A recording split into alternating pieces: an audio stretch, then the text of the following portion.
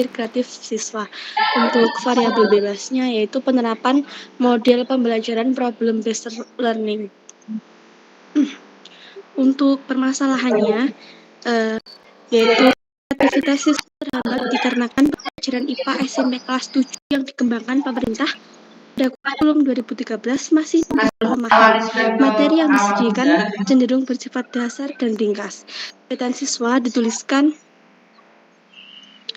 pada buku siswa secara jelas dan menggiring siswa untuk mengikuti langkah-langkah pemecahan masalah. Hal ini dapat menghambat kemampuan dalam menganalisis, mengolah, dan hal ini dapat menghambat kreativitas siswa. Kemudian, permasalahan yang kedua yaitu dikutip dari Kemendikbud 2016. Jadi, kemampuan dalam menganalisis, mengolah, dan pemecahan masalah masih sangat rendah. Hal ini disebabkan karena sekolah belum dapat mengoptimalkan pembelajaran yang bersifat membangun siswa dalam memecahkan suatu permasalahan, metakognisi, dan kemampuan berpikir kreatif. Fakta tersebut dibuktikan dengan hasil wawancara yang dilakukan oleh peneliti di 3 sekolah yang ada di Kota Serang, yaitu pada saat proses pembelajaran IPA menunjukkan bahwa siswa belum dapat mencetuskan banyak gagasan selama proses pembelajaran IPA. Karena kemampuan analisis siswa masih rendah, saat proses kegiatan hanya bertanya dan menjawab saja. Jadi siswa cenderung mengalami kesulitan untuk dapat menjawab pertanyaan dengan lancar dan tepat. Dalam pembelajaran IPA, siswa juga belum dapat memikirkan lebih dari satu jawaban. Contohnya, saat guru memberikan soal, siswa hanya dapat menjawab dengan cara yang sebelumnya dicontohkan oleh guru, dan siswa juga cenderung hanya berpaku pada cara yang sudah diberikan oleh guru atau yang ada di buku teks saja. Penelitian terdahulunya yaitu untuk yang poin pertama yaitu mengenai kelemahan perangkat pembelajaran kurikulum 13 karena materi yang disajikan cenderung bersifat dasar dan ringkas. Kegiatan siswa juga dituliskan pada buku secara jelas dan menggiring siswa untuk mengikuti langkah-langkah pemecahan masalah. Hal ini dapat menghambat kreativitas siswa. Untuk permasalahan yang kedua,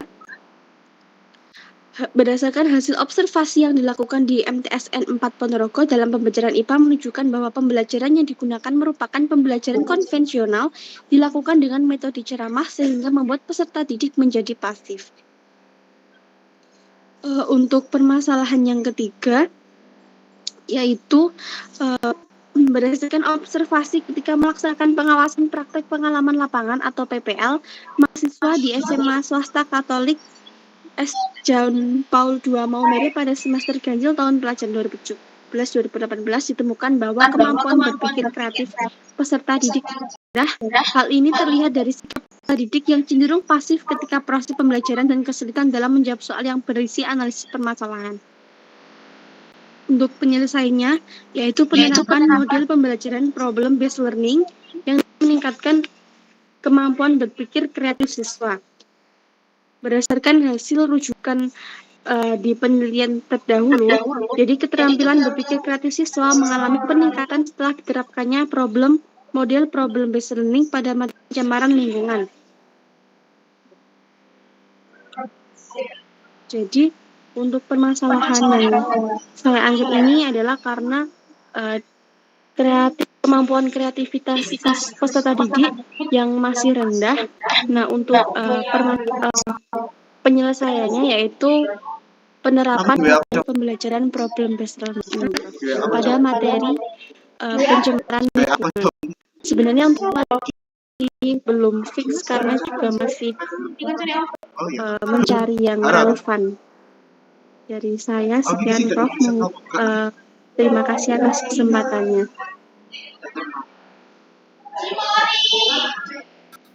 Okay, thank you for your presentation.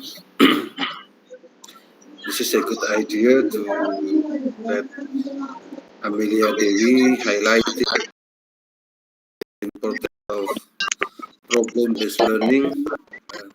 But would you please, what kind of research you are going to do? The type of research have not explained. Hello, Amalia.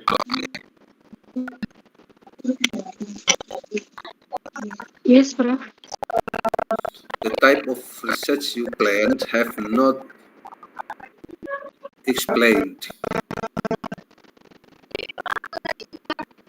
Jenis penelitiannya belum dijelaskan.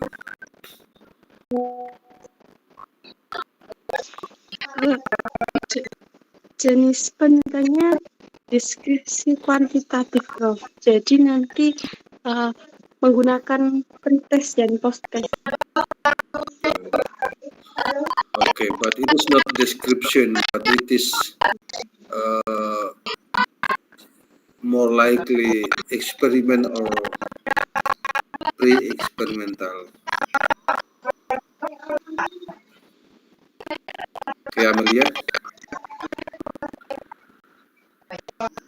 This is not the type of description, but it is more likely pre-experimental research or experiment.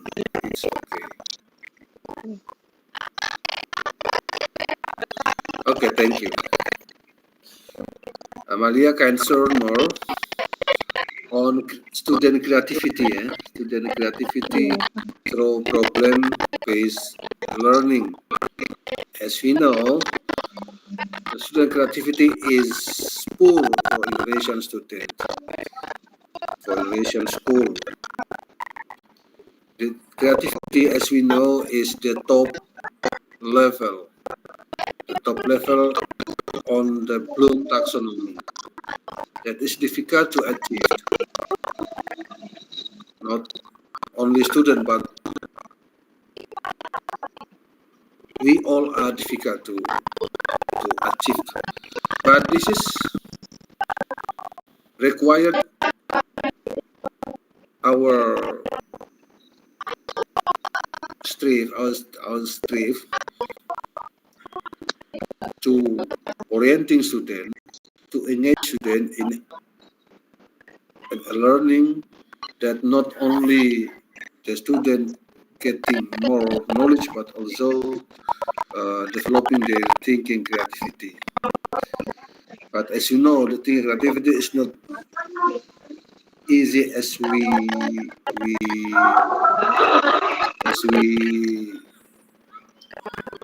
we talk, but students should have adequate knowledge and skills. Adequate knowledge and skills, for example, from C2, C3, C number 4, and C number 5 before they engage in the C number 6 or creativity. And problem-based learning is the real problem, because it is authentic problem. It is not just academic problem. It is not just about such test item seperti soal gitu kan. Test item itu not just, bukan seperti itu, but the problem, the authentic problem. And to participate in this learning model, it is not just about science, but others' knowledge also involved. So it is more like a multidiscipline or interdiscipline. Jadi artinya itu banyak disiplin ilmu, tidak hanya satu sains semata. And to solve the problem, authentic problem is not involve only science, but also they are related to many kinds of discipline. Jadi ada terhubung dengan banyak disiplin yang lain. Okay, thank you for Amalia Dewi, and you can stop share screen. Yes, thank you. Okay, thank you. And the next, I would like to invite maybe Coach Farida Salsabila, have you presented last week or not? Izin share screen ya, Prof. Okay, please, Coach Farida.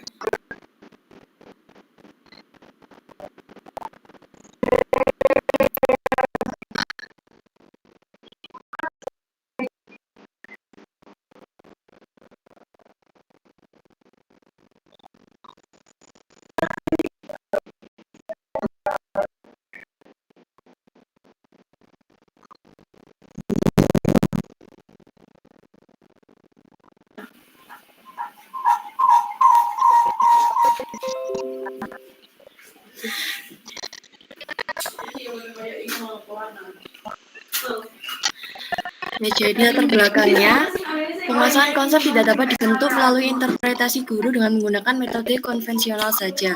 Pengalaman belajar yang diperoleh siswa dapat memberikan pengaruh yang lebih baik terhadap hasil belajarnya. Oleh karena itu, diperlukan metode dan strategi yang tepat untuk mencapai tujuan pembelajaran. Pencapaian tujuan pembelajaran sangat dipengaruhi oleh beberapa faktor, salah satu diantaranya yaitu media pembelajaran. Beberapa ilmu pengetahuan bersifat teoretis atau tidak dapat disaksikan secara langsung, sehingga memerlukan penggunaan media khusus untuk penyampaiannya. Untuk permasalahannya sendiri, yaitu materi pembelajaran tata surya membutuhkan media khusus untuk pembelajarannya. Berdasarkan hasil pengamatan yang dilakukan di SMPN 14 Surabaya pada siswa kelas 7, dalam kegiatan pembelajaran tentang materi tata surya, guru menggunakan gambar benda langit yang terdapat dalam buku pelajaran. Penggunaan media tersebut kurang efektif dalam membuat siswa berperan secara aktif dalam proses pembelajaran, dan siswa kurang memahami materi yang dipelajari. Materi tata surya bersifat teoretis, menuntut siswa untuk dapat mendeskripsikan benda-benda langit dalam tata surya. Untuk memudahkan siswa dalam mempelajari materi tata surya, maka diperlukan media pembelajaran yang menarik dan interaktif. Untuk penyelesaiannya sendiri, media pembelajaran merupakan komponen yang tidak terpisahkan dari pendidikan. Media memiliki peran yang krusial dan strategis dalam memfasilitasi pencapaian tujuan pembelajaran. Dengan menggunakan media pembelajaran, siswa dapat memperoleh tingkat pembelajaran yang efektif dan efisien serta memperoleh materi dari guru dengan lebih cepat. Pendidik menggunakan media pembelajaran untuk meningkatkan pemahaman konseptual siswa selama proses pembelajaran. Penggunaan media memudahkan guru dan siswa mencapai tujuan yang telah ditentukan. Selain berfungsi sebagai sarana penyalur ilmu pengetahuan, media pembelajaran berperan penting dalam mencegah terjadinya hambatan belajar sehingga guru dapat berkomunikasi dengan siswa secara efektif. Selain itu, media pembelajaran juga dapat meningkatkan minat belajar siswa serta membuat proses pembelajaran lebih hidup sehingga mereka dapat lebih memahami materi yang dipelajari. Untuk jenis penelitiannya sendiri termasuk penelitian kuantitatif, yaitu suatu proses menemukan pengetahuan yang menggunakan data berupa angka sebagai alat menganalisis keterangan mengenai apa yang ingin diketahui. Penelitian kuantitatif adalah jenis penelitian yang menghasilkan penemuan-penemuan yang dapat dicapai dengan menggunakan prosedur-prosedur statistik atau cara-cara lain dari kuantifikasi atau pengukuran. Untuk mengumpulkan data mengenai efektivitas media pembelajaran dalam meningkatkan penguasaan konsep siswa SMP kelas 7 digunakan pretest, post-test, desain, berupa instrumen soal tes berupa pilihan ganda. Data hasil keefektifan media pembelajaran bertujuan untuk mengetahui peningkatan pemahaman konsep siswa pada materi sistem tata surya untuk siswa SMP kelas 7 yang diperoleh dari hasil tes yang diberikan sebelum proses belajar mengajar, yaitu pretest, untuk mengetahui kemampuan awal siswa, dan juga setelah proses belajar mengajar berupa post-test untuk mengetahui pemahaman konsep siswa setelah menggunakan media pembelajaran. Baik, cukup sekian, Prof. Terima kasih.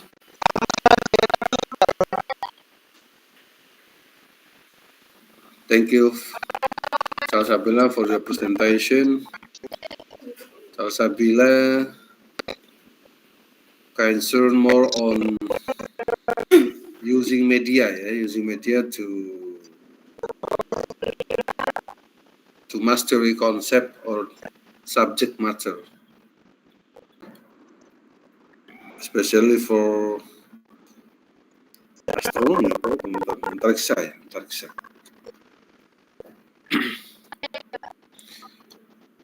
But the media they have not specified, Hello, Coach Farida.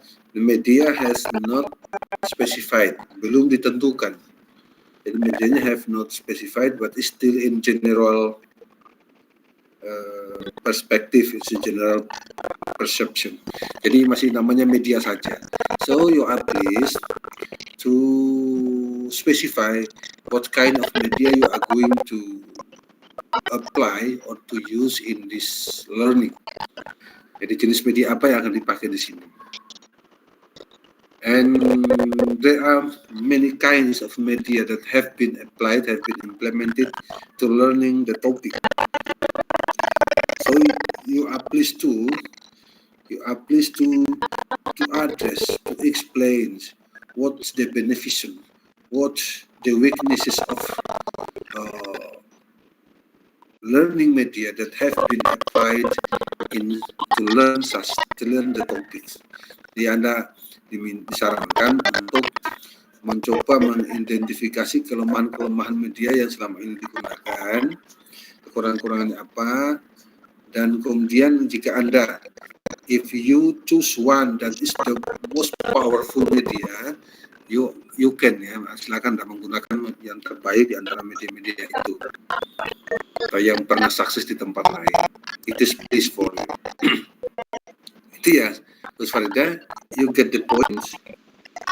Ya, Prof. Terima kasih. Nah, jadi milih you choose what kind of media the first before you choose one of them.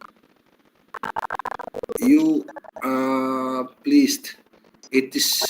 You are suggested to evaluate, to make an evaluation for all media that have been applied to learn the topics. Jadi semua media yang pernah dipakai untuk topik tersebut. Your evaluation itu, it means you will get what is the weaknesses and what is the strength of the learning media. Kemudian you choose one of the most powerful among them. Jadi milih satu yang paling powerful, yang paling bagus, that is considered the most suitable for the student characteristic in the school you are going to interview. Jadi di sekolah karakteristik siswa yang sesuai dengan karakteristik siswa di mana akan diintervensi. Seperti itu cara pikirnya.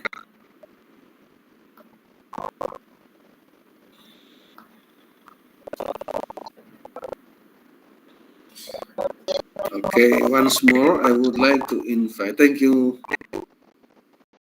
Gus Farida Sabila. Once more. Oh, but before we continue, this is Sahda Naura. You are please, Sahda. Maybe you have any question or something not clear. Sorry, Prof. I will get to presentation. Is that okay, Prof? Halo? Halo? Halo, Sahda? Halo? Okay. Would you please to repeat? Presentasi boleh nggak, Prof? Okay. Good. Thank you, Sahda. You are please. Terima kasih, Prof. Izin presentasi ya. Okay, thank you, Sahda.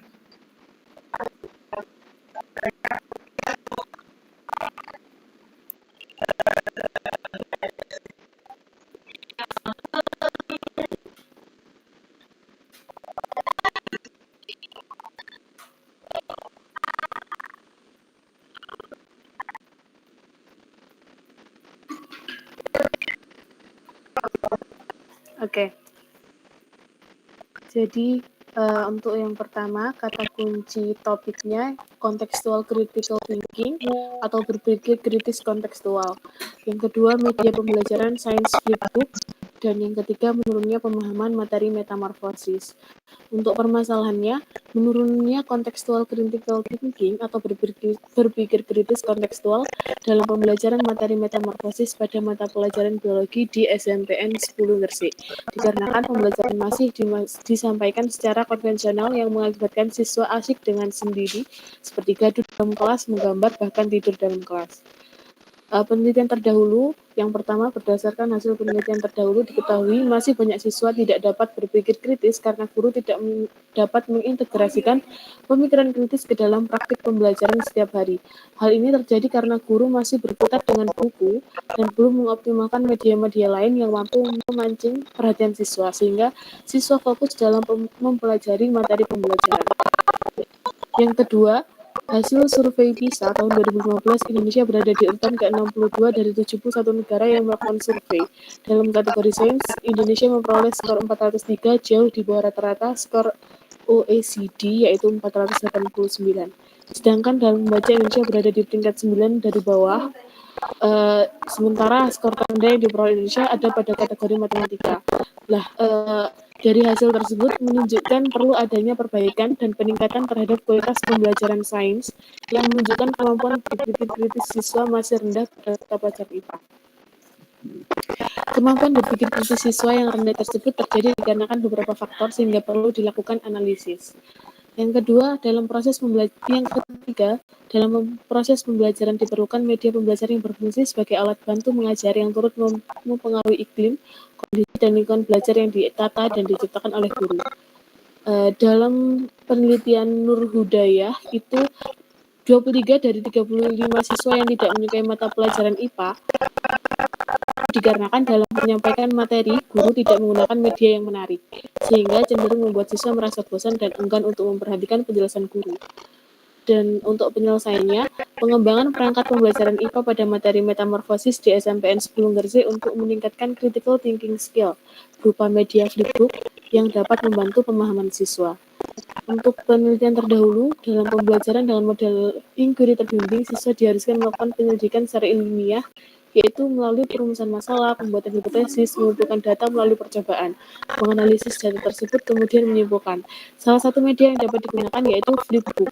Keefektifan media sains flipbook berbasis kontekstual dan dalam meningkatkan kemampuan critical thinking siswa.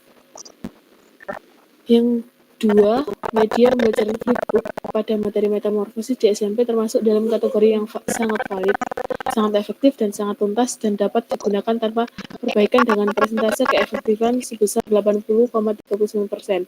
Data tersebut diperoleh dari penelitian Rahmawati 2017. Dengan menggunakan media pembelajaran flipbook, siswa dapat menggambarkan dengan konkret berbagai metamorfosis hewan tanpa ada miskonsepsi pemahaman dari contoh materi metamorfosis. Untuk jenis penelitiannya, permasalahan yang sudah dijelaskan di atas termasuk pada jenis penelitian kuantitatif dikarenakan dalam pengambilan data hasil penelitian akan dilakukan analisis statistik untuk menemukan sebab akibat. Analisis statistik digunakan untuk memvalidasi flipbook sebelum diujikan kepada siswa agar ketika flipbook diujikan kepada siswa yang sudah dibuat dapat menjadi tolak ukur pemahaman siswa secara nyata mengenai materi metamorfosis. Pengujian flipbook kepada siswa dilakukan dengan melakukan pretest dan posttest sebagai validasi audiens yang nantinya dilihat apakah hasilnya akan meningkat atau menurun sebagai kriteria tingkat keefektifan flipbook yang dibuat. Mungkin itu presentasi dari saya.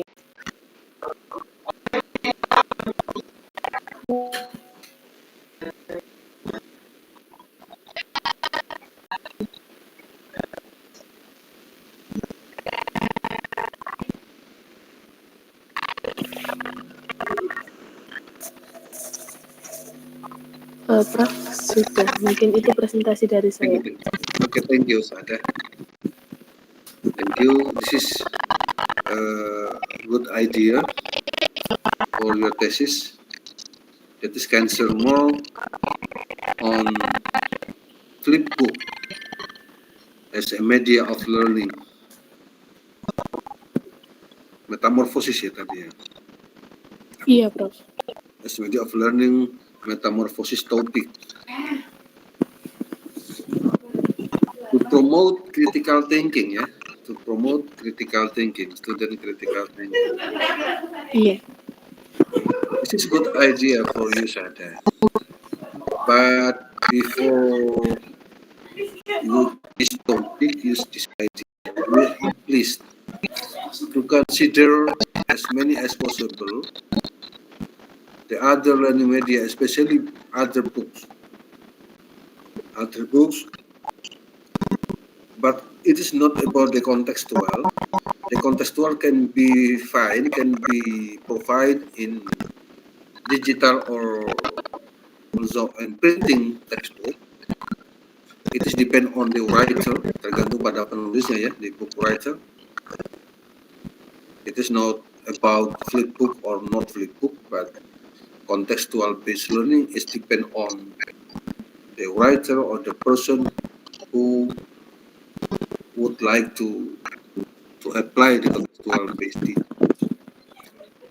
Jadi konteks base itu tidak terlalu tergantung pada itu apakah flipbook, apakah itu kemudian buku teks print cetak ataupun buku teks bentuk lainnya, sangat tergantung kepada penulisnya ya. Tuh, jadi jangan karena kita bicara flipbook terus kemudian kita mengundang-undangkan konteks. It's not about the context, but you should address what the benefit of flipbook than other book platform. Jadi for example textbook. Jadi harus melihat, menunjukkan, melakukan evaluasi terlebih dahulu apa sih kelebihan dari flipbook itu.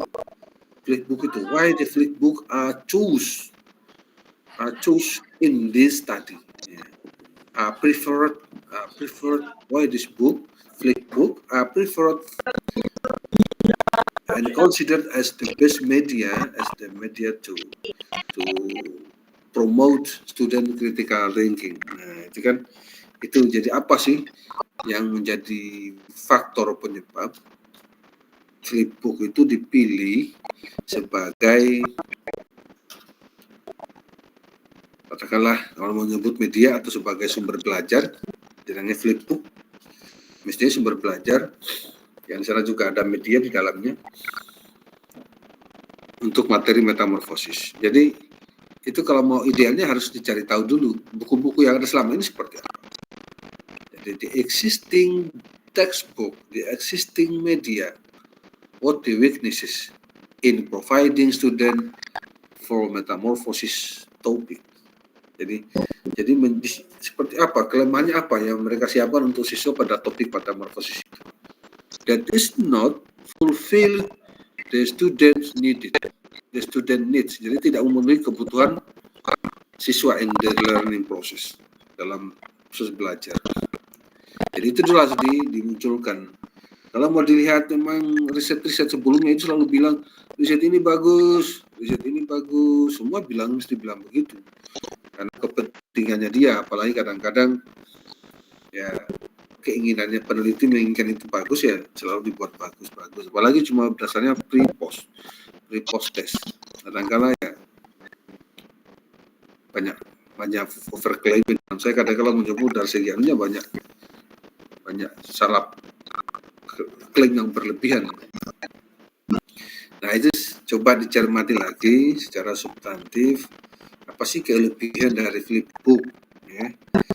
Flipbook, what is the benefit, what is the advantage of using flipbook to learn metamorphosis topic compared to other textbook or other media. Jadi media lainnya itu seperti apa. Itu ya. This good idea. Kemudian tipe jenisnya, it is not just about the quantitative, but it is about the experiment ya. Quantitative of course, but this must be more specific is experiment. Jenisnya eksperimen atau pre-eksperimental research design. Itu ya Sada ya. Halo Sada.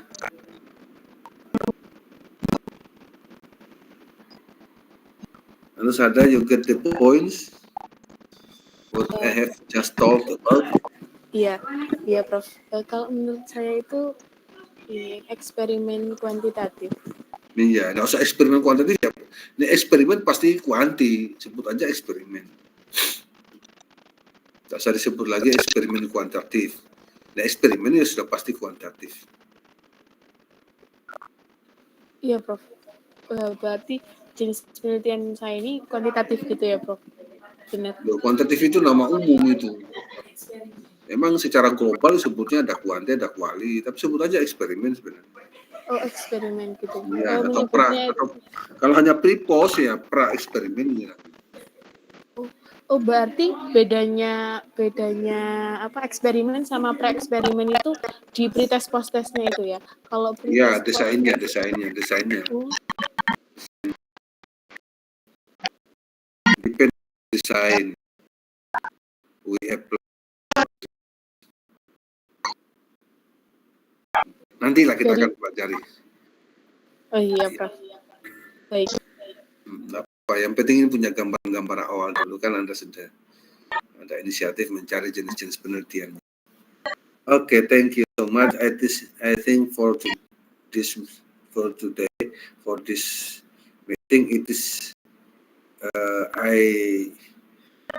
I stop for the opportunity for you to present, and I'm going to continue a bit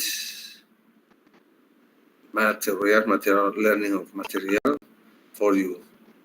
Ya, saya hanya menyampaikan sedikit karena saya sebenarnya 8.30 nanti juga ada meeting, tapi saya akan dapat ke sana. Kita sambung dulu pelajaran sedikit.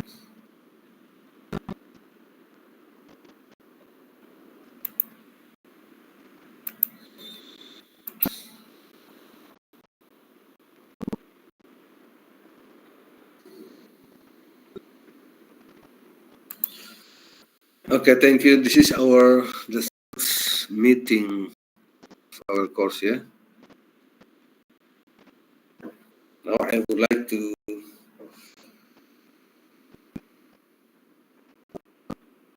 provide you about the research process. Research process it is flowchart, yeah. Something like flowchart about the research process, starting with topic. Choose a topic, ya. Choose a topic itu is many factors. It's many factors caused someone to choose a topic. Yang pertama, sometimes is the preference. Preference itu pilihan, ya. Katanya orang menyebut hidup itu pilihan, ya. Sama seperti itu juga preference, topik. Mana yang the most interesting topic, maybe that is the topic you choose. Jadi memilih topik, memilih ide itu ya, sometimes idea, topik yang dianggap menarik ya. And this is also caused by the background of knowledge you have had. The background of knowledge you have had. Jadi tergantung pada latar belakang pengetahuan yang sudah Anda miliki. Tadi di samping preference, ketertarikan, kesukaan, juga maybe adalah background of knowledge you have had. Background of knowledge itu latar belakang pengetahuan yang sudah Anda selama ini punya. Nah, biasanya kita itu kalau orang sains pasti kalau mau penelitian lari ke sains karena selama ini kita pelajari sains. Mungkin sangat sedikit kita untuk mencoba mendalami faktor ekonomi faktor, maybe social faktor, etc. Tapi kita fokus selalu ke pembelajaran. Yang kedua, pertimbangan ekonomi. We sometimes considering cost. We have going to provide cost required, jadi biaya yang harus kita keluarkan, kita milih yang ringan.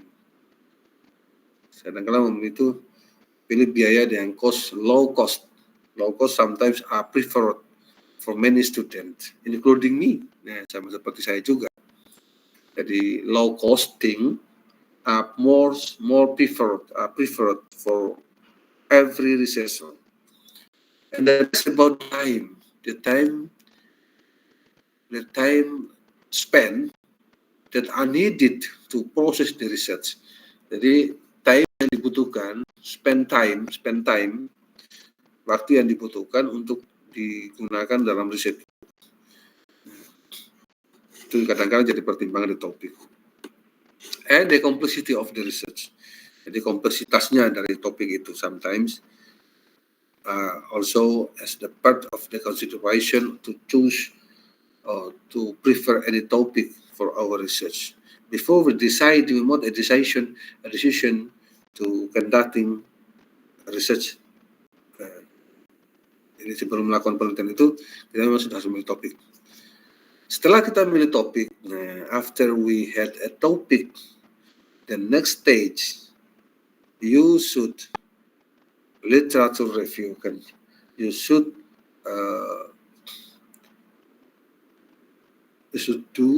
done a literature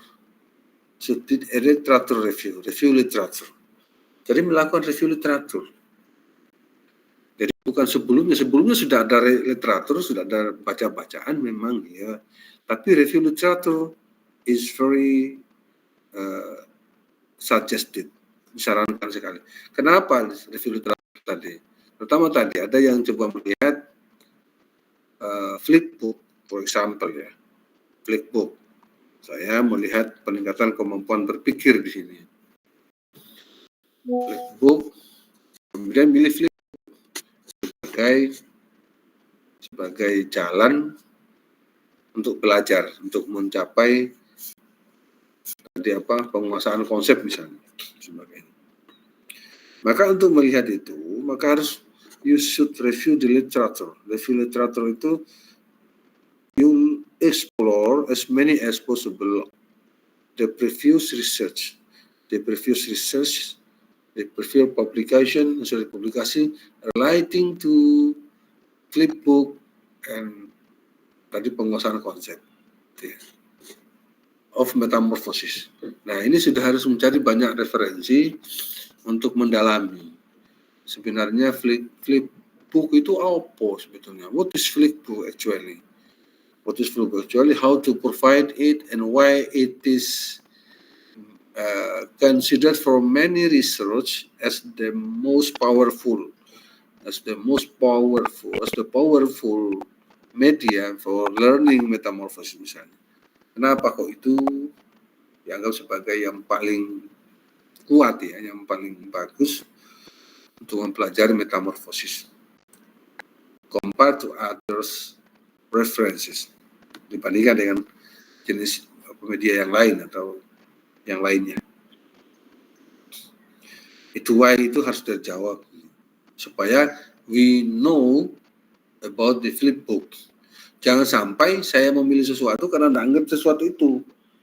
Kalau milih jodohnya nggak roh, itu namanya jadi jodoh no. Nggak tahu, namanya kucing dalam karung itu. Sama seperti ini, milih topik sendiri nggak tahu topik itu. What is the topic actually? What is the powerful? What is the beneficial that the student will get after participating in such learning misalnya? Apa yang akan diperoleh siswa ketika belajar menggunakan model itu misalnya. Apa sih kelebihan-kelebihan dari itu dibanding yang lain? Kenapa saya pilih gitu. Jangan sampai saya pilih karena orang juga milih, Pak. Waduh. Karena orang-orang juga milih ini, saya juga milih gitu. Itu namanya ikut-ikutan. Tidak ada dasar berpikirnya kalau hanya ikut-ikutan. Apalagi ini Pak, karena dipilihkan sama dosen saya Pak, wah itu kalau dijodohno sampean. Dipilih no jodoh. Ya mungkin ketepaan yang dipilihkan jodoh ya sudah nerima impandum, terima semoga ini baik. Tapi kalau pemilihan jodoh kan tidak perlu penjelasannya. Kalau sudah dipilih kan sudah selesai. But as a research topic, you will explain ya. Anda kan ada penjelasannya, ada presentasinya, dan kemudian dijelaskan kepada yang lain, bahkan mungkin diujikan untuk mahasiswa kan ada ujiannya. Kita harus tahu gitu. We should know. So review literature. Review literature termasuk bagaimana sih membuat flipbook yang baik. Nah, itu perlu review literature. Bagaimana menerapkannya itu perlu literatur supaya tercapai tujuannya. Itu pentingnya review literatur. Termasuk bagaimana mengukurnya, termasuk tadi how to mengukur belajar siswa pada saat itu juga perlu review literatur. Jadi review literatur itu mempertajam masalah ya, mempertajam masalah termasuk bagaimana merancang strategi untuk mengatasi masalahnya based on the review literature. Dan kita bisa menjelaskan penelitian itu based on the literature. So, literature review is determining the capacity for a researcher to do the research topic. Jadi, review literatur sangat menentukan, bahkan menjadi ukurannya, menentukan bahwa peneliti itu mampu melakukannya. Nah, itu ya. Jadi Anda bisa dianggap tidak mampu melakukannya ketika review literaturnya tidak memadai. Punya modal, itu modalnya. Nah, review literature also provide a researcher to developing a theoretical conceptual framework, kerangka pikirnya. Jadi kerangka pikirnya sangat depend on the literature review. Kerangka pikirnya, idenya apa gitu, kerangka pikirnya seperti apa sih? Main idea, ide pokoknya sebenarnya seperti apa. Nah, kerangka pikir itu sangat bisa dibuat kalau kita literature review-nya sukses. When we success in review literature. When we fail to literature review, it is difficult for us to create, to show to others what is the framework, the conceptual framework of our study, the conceptual framework of our research, the conceptual framework of our thesis or skripsi. Susah, tidak bisa menunjukkan kepada siapapun, tidak bisa menjelaskan. Ketika research kita we are difficult, we are not determined, we are disabled to determine the framework conceptual, maka di penelitian biasanya itu ngalur ngidul. The research is not on the right track. Research is not on the right track. Sometimes there are many bias. Banyak biasnya di dalam. It is not clearly defined the objective is. It is difficult to clearly define the objective is and clearly defined the explanation. Jadi difficult, including the conclusion. Yang ada hanya klaim ngawur namanya. Because of not clear what is the conceptual framework of the research. Maka kalau saya sih menyarankan penelitian itu sederhana, simple research, but clear the conceptual framework. In my experience, I get difficulties to review any manuskrip atau artikel ya. Sangat sulit saya itu mereview artikel when it is I don't find the conceptual framework of the research. Saya tidak bisa memberi saran, saya bingung sendiri. Etika frameworknya tidak jelas. Nah, jadi literature review provide a researcher to create framework conceptual. And based on the framework conceptual, students sometimes or researcher clarify the research question. Baru kemudian itu memperjelas, melihat lagi, ngecek lagi the research question and hypothesis if any. Jadi tergantung, dan juga hipotesis jika ada. Jadi itu berdasarkan framework yang jelas itu akan mempertajam, akan membuat semakin jelas the question of the problem formulation. Jadi to formulate problems. Biasanya when we have clarified, when we have stated the problem clearly and logically, it is the most probable for us to create research design. Jadi kita akan dengan mudah and easier to create research design. Jadi menentukan sekali. Jadi research design itu sangat ditentukan sekali. Conceptual framework ditentukan sekali conceptual framework. Conceptual framework ditentukan sekali oleh review literature. Review literature itu based on the topic. Nah, itu kan. Setelah we have decide what design of our research. Design of research itu tidak hanya menentukan itu aja, tapi sampai menjelaskan seluruh sampel, sampai kemudian how to collecting data, how to data analysis data, jadi termasuk bagaimana menganalisisnya, itu semua harus komplit. Desain penelitian is not about to determine desain pre-eksperimen, desain itu bukan, tapi harus explicitly explain, secara eksplisit dijelaskan in detail, and then that is provide us, that is make, termasuk instrumen that we will use to collecting data. Maka itu akan memfasilitasi kita kemudian untuk mengumpulkan data, memudahkan kita itu mengumpulkan data. Jadi based on step-step ini seperti ini. Nah, data collection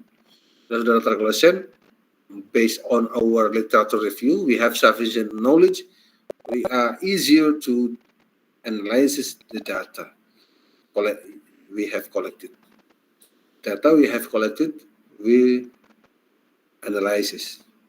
Nah, data analysis, it is not the analysis including interpretation that is put in a discussion. Jadi discussion itu juga menentukan sekali.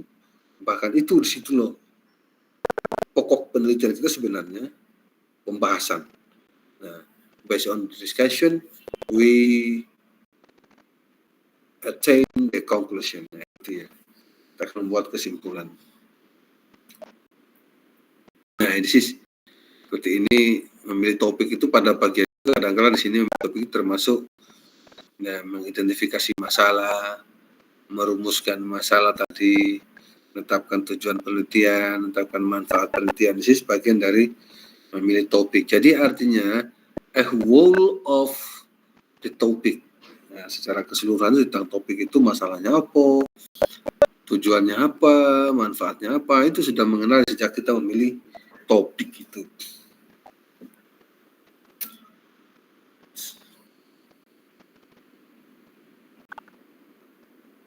Nah, ini ada beberapa perbedaan quantitative dan qualitative research saja ya.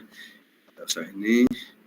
Nah, sumber-sumber masalahnya seperti yang sudah Anda lakukan, itu adalah literatur atau bacaan yang tersedia, seperti laporan penelitian, research report, publication, maybe newspaper, atau juga dari sumber-sumber lain, perkuliahan dan sebagainya.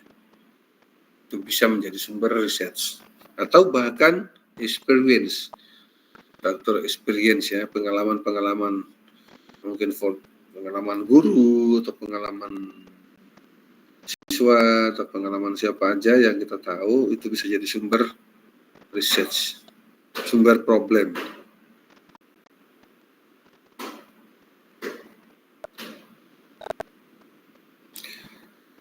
Kemudian berikutnya peristiwa masalah yang terjadi di lingkungan masyarakat. Nah, ini berarti harus ada preliminary study, itu kadang-kadang disarankan seperti itu. Kenapa ada preliminary study? Itu tujuannya adalah memfasilitasi mengetahui itu.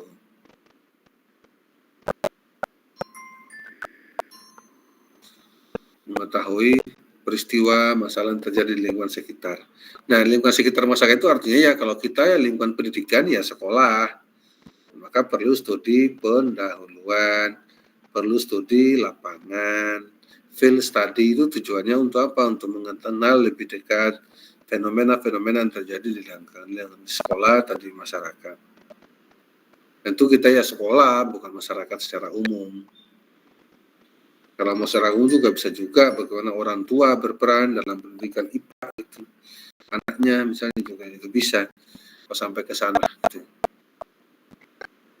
The other problem source adalah isu berita populer, nah itu seperti televisi, sosial media, atau bahkan koran, magazine, and everything that is about the issue. Nah, itu bisa jadi sumber problem. Atau bahkan mungkin pengalaman kita sendiri, our interested, our minat, atau dari hasil brainstorming dengan orang lain misalnya. Tutor, dosen, guru, pembimbing itu bisa jadi source of problems. Itu sumber masalahnya. Saya yakin Anda sudah melakukan ini. Nah, untuk menghindari duplikasi, nah, saat ini sekarang isu plagiat itu sangat esensial sekali, sangat kencang anginnya. Apakah itu plagiat atau bukan, mengulangi punyanya orang dan sebagainya. Nah, tinjau geografis lokasi. Sebagai contoh misalnya, orang saya melakukan field book, bahkan tadi problem based learning di Pacitan. Nah, bagaimana kalau misalnya di Madura gitu ya, dicoba. Itu antara lain salah satu yang berbeda lokasinya. Maka sama kejadian di Pacitan akan dialami sama juga dengan kejadian di Madura misalnya. Kenapa kok diterapkan di Madura? Nah, itu ada pertimbangan tentu. Ada pertimbangan lain tentunya, ada pertimbangannya. Tidak hanya asal begitu aja ditentukan. Jadi ada faktornya. Wah, terima kasih ya. Senin ya.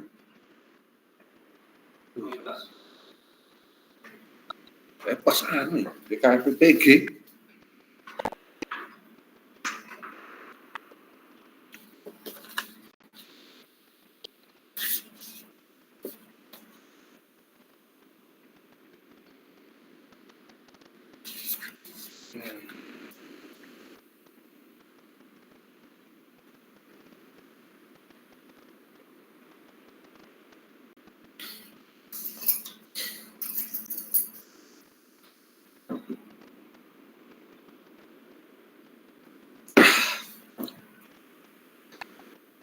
Atau kelompok sosial juga itu bisa, kelompok sosial ya.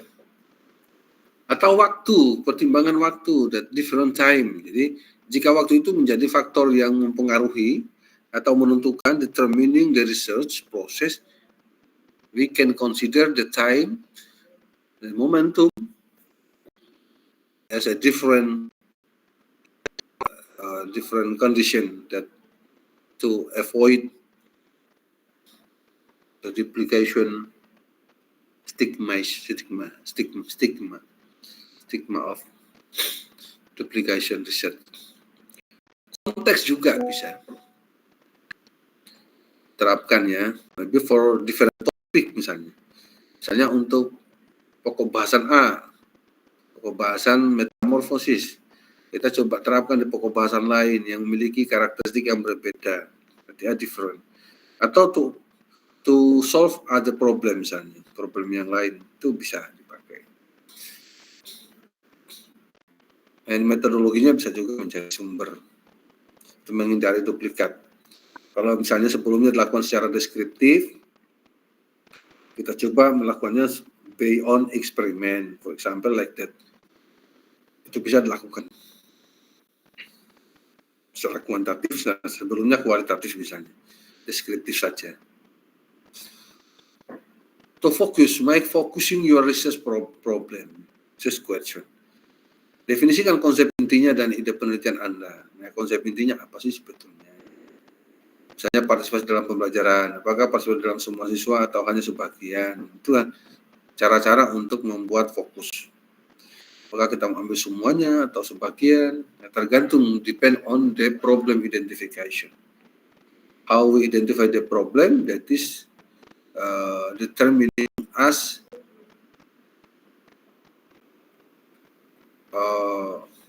the scope of the research problem. And satu, kerangka waktu. Sometimes waktu apakah persidangan sedang berlangsung atau mengukur perubahan yang terjadi. Jadi kerangka waktunya itu bisa. Dan juga ada aspek topik penelitian. Atau kemenarikan, topik itu penelitian menarik perhatian Anda, otomatis ya, termasuk yang menariknya di mana. Satuan atau unit analisis itu kita bisa gunakan untuk memfokuskan penelitian. Jadi langkah-langkah dalam memfokus masalah bisa seperti ini, tulis masalahnya, apakah pengaruh motor DA terhadap prestasi belajar siswa, for example, kemudian identifikasi kata kunci istilah dalam pertanyaan penelitian sebagai contoh metode A, prestasi belajar siswa, kemudian coba uraikan lagi setiap kata kunci menjadi aspek yang lebih spesifik lagi. Contoh misalnya, prestasi belajar menjadi prestasi belajar IPA, siswa diuraikan lagi menjadi siswa SMP, dan sebagainya. Itu termasuk memfokuskan. Fokus sometimes more likely be more specific problem.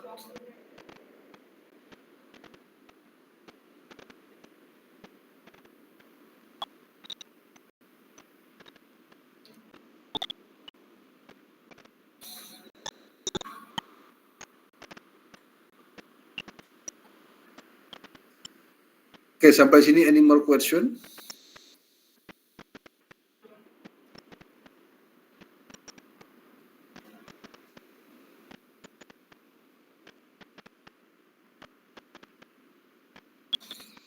Are there any question?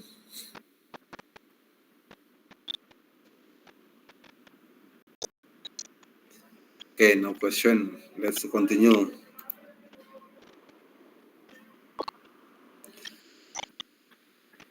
Ini juga, ini ada salah satu contoh juga ini ya. Biar lebih spesifik tadi, contoh kecil seperti ini, pengaruh cedera terhadap performa pemain tenis ini. Contoh ini. Kebetulan dulu ini pernah saya pakai di olahraga. Dulu. Tenis itu, pemain tenis itu ada bagian, ada kompetitif atau bukan kompetitif, ada bagian atas, bagian bawah. Contohnya, bagian atas itu lengan, bukan lengan, kompetitif, profesional atau pemula, profesional itu putri, junior atau dewasa, dan sebagainya. Jadi itu termasuk bagian untuk memfokuskan persoalannya, research kita. Kemudian tujuan, determining the objectives of the research. Spesifik, nah, itu yang paling penting tadi, spesifik. Jadi tidak general, tidak in general. Seperti tadi itu media, penggunaan media itu terlalu umum. Media yang mana gitu ya, harus be more spesifik. Jadi media yang mana harus lebih clear. Apakah media augmented reality, apakah media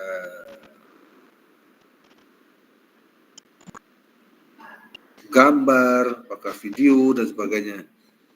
Pun suku-suku kalau sampai dengan namanya lebih spesifik lagi semakin bagus. Kemudian yang kedua, tujuan itu harus dapat diukur, measurable, dapat diukur. Jadi kalau tidak bisa diukur, susah itu. Misalnya kayak seperti tadi, untuk meningkatkan kemampuan berpikir kreatif siswa. Maka kemampuan berpikir kreatif siswa harus dapat diukur. Dapat diukur itu artinya contoh kita setting. Ini yang aneh-aneh juga kadang-kadang kita itu melihat ya. Sebenarnya kemampuan berpikir itu secara teoritis itu lama prosesnya untuk membangun kerangka berpikir, mengintervensi dalam berpikir siswa itu. Coba aja bayangkan taksonominya teorinya Piaget itu ya. Ada berapa tahun itu? Teorinya Piaget itu seperti misalnya berpikir konkret. Itu usia 11 tahun. Berpikir abstrak itu mulai usia 16 tahun. Jadi berpikir abstrak itu mulai usia 16 tahun. Jadi prosesnya itu lumayan lama gitu ya. Jadi to achieve the capacity next banyak tahun. Tapi kita ingin yang dalam 1-2 pertemuan, sometimes irasional. Kadang-kadang saya itu merasa itu irasional. Penelitian research di luar negeri pun juga rata-rata ada yang 8 tahun, ada yang paling lambat itu 2 tahun lah, ada yang melakukan 2 tahun. 2 tahun. Lah kita kadang cuma 1-2 pertemuan kok langsung naik drastis itu. Itu bisa jadi instrumennya tidak sesuai, tidak benar. Bukan mengukur kemampuan berpikir, tapi diukur adalah pengetahuan yang sudah diketahui siswa. Jadi instrumennya bisa jadi keliru, makanya salah pengambilan hasilnya.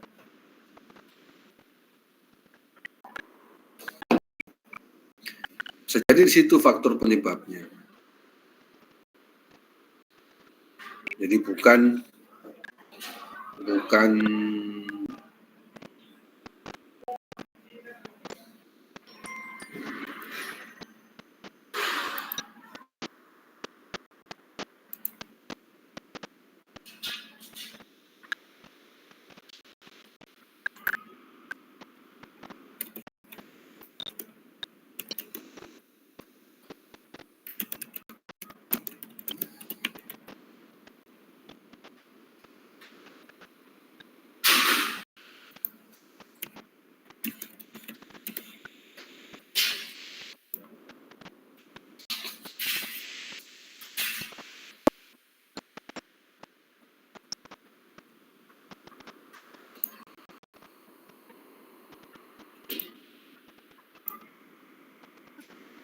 jadi harus terjangkau dapat diukur. Terjangkau dapat diukur termasuk biaya kita punya.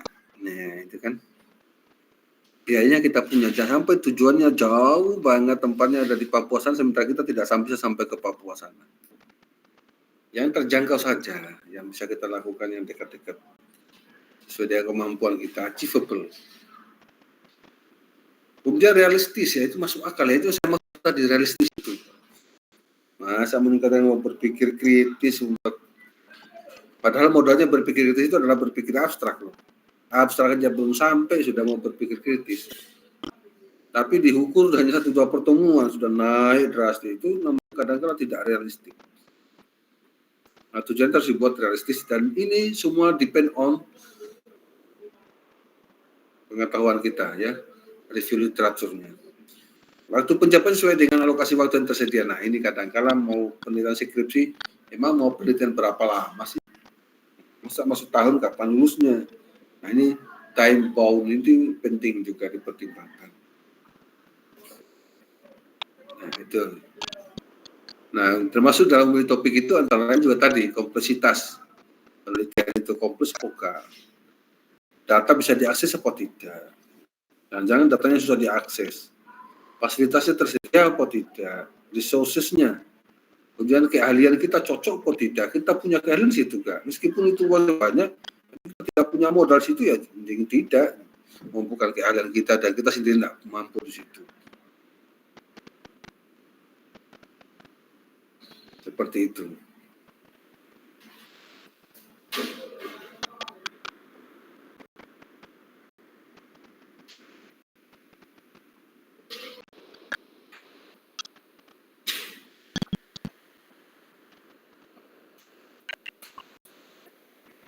Nah, ini kemudian manfaat penelitian. Manfaat penelitian itu bisa ditinjau dari 2 aspek ya.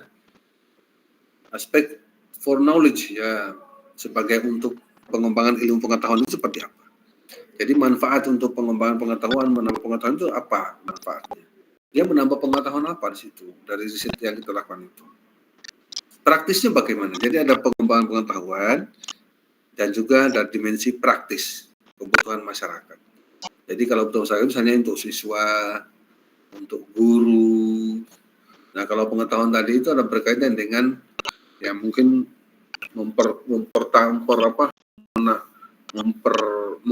menambah bukti-bukti empiris terkait dengan model-model tertentu, misalnya katakanlah menerapkan modelnya yang ditemukan oleh mahasiswa S3 misalnya, doktor, itu kan baru dicoba sekali 2 kali.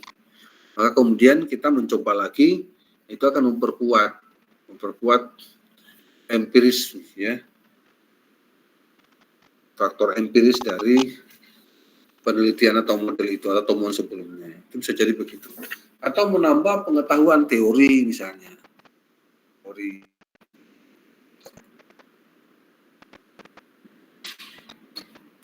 Ini tadi review literaturnya ya. Manfaatnya ini banyak sekali.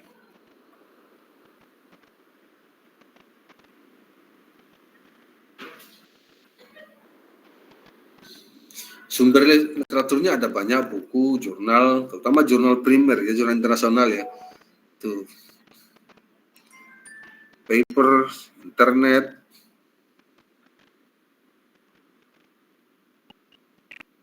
Nah, ini banyak sumber. Nah, untuk bisa menyusun literaturnya seperti ini caranya.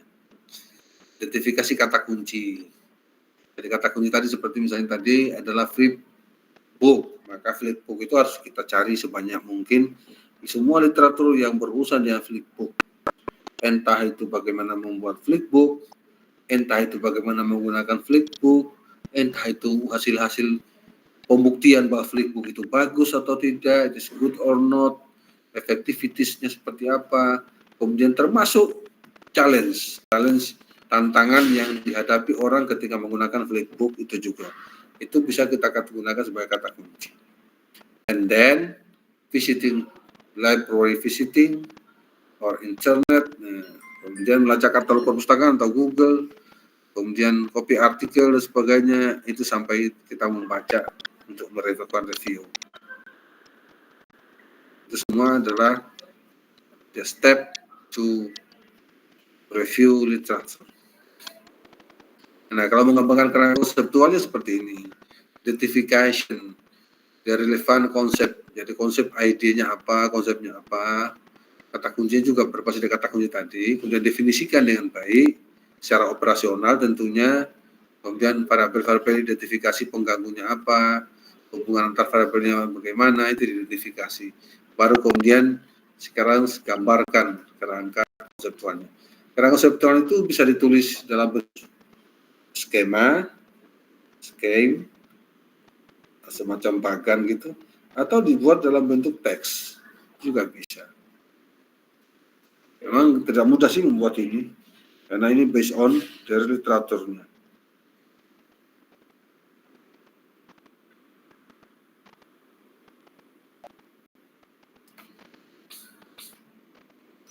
Oke, tahap-tahapnya ini ya sudah. Nah, sudah sampai jam 9 kita ini, saya tidak bisa sampai tuntas karena ada meeting sudah diingatkan tadi.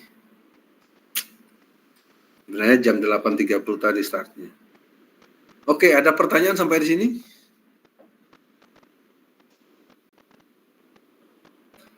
Any more question?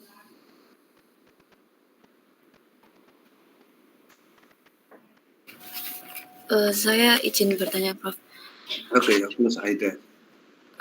Ini kan teman-teman kalau pagi ada kegiatan nih, terus mau minta tolong ke Profnya untuk ganti jam, apakah boleh nih? Oh, tambah senang saya malah. Saya Jumat itu juga sebenarnya terancam, ini kebetulan aja belum ada ancamannya. Kalau ganti malam bagaimana, Prof? Malam apa? Maksudnya Malam Jumat? Ya. Oke, lebih baik malam Jumat kalau berkenan. Jumat malam, Prof, maksudnya. Kalau Jumat malam, percuma saya kadang bisa keluar gitu. Keluar kan belum tentu dapat sinyal, dapat tempat yang layak, untuk bisa berkomunikasi. Oh, berarti malam Jumat gitu. Malam Jumat, nggak apa-apa. Kira-kira jam luangnya Prof Herman jam berapa? Malam Jumat, ya jam pokoknya habis isya lah, ya. Nah ngantuk ya jam-jam segitu ya. Jam 7 berarti nggih, Prof? Pokoknya habis isya. Bahasanya habis isya. Jam 7 itu, kalau habis isya jam 7 ya sudah. Lebih-lebih dikit habis isya ya nggak apa-apa. Karena kan isanya kan ya tergantung sih, kalau misalnya kita ke masjid kan selesai pokoknya pulang gitu ya. Oke, baik, Prof. Oke, saya malah tambah senang. Saya malah mau nawarin sebenarnya, tapi belum ada ancaman, belum ada yang pada Jumatnya, belum waktunya, makanya saya sementara aman-aman saja. Oke, setuju saya kalau malam Jumat. Sekali-kali juga malam yang lain nggak apa-apa sih. Misalnya kalau jika Anda punya waktu luang gitu ya, pokoknya diberitahu. Nggak apa-apa. Oh, oke, baik, Prof. Atau mau 2 kali seminggu juga nggak apa-apa. Dan biar cepat Anda menulis proposalnya gitu. Tapi intinya cepat nulis proposal.